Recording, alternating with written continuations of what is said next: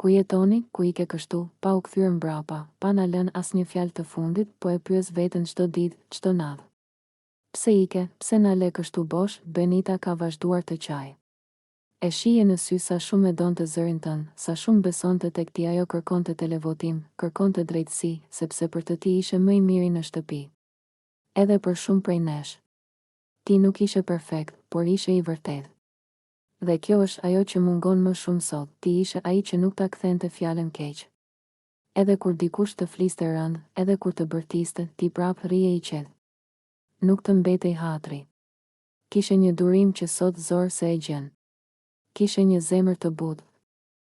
Edhe kur përpiqeshe ta fshije, ku jetoni, që e mbaje shtëpinë gjallë me pranin tënde, ku jetoni, që ishe i dashur pa u munduar, i sinqert pa u shtir, i thjesht pa u ulur kur poshtë, ti ike, por la pas shumë pyetje, la pas lot, mungesë, heshtje, shtëpia nuk është më e njëjta.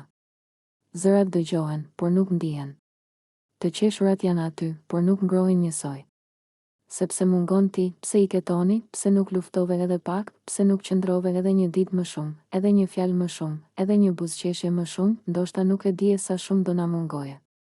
Ndoshta nuk e dije sa shumë njerëz e pan veten tek ti, ndoshta nuk e dije sa shumë dashuri kishe përreth. Sot flasim për ty në mungesë. Të mbrojmë edhe kur nuk je. Të kujtojmë për mirësinë, jo për gabimet. Sepse ajo është ajo që mbeti më fort, zemra jote, ku jetoni, nëse na dëgjon diku, dije që nuk u harruat, dije që Benita ende qan, dije që shumë prej nesh ende pyesin, po sikur të ishte kthyer.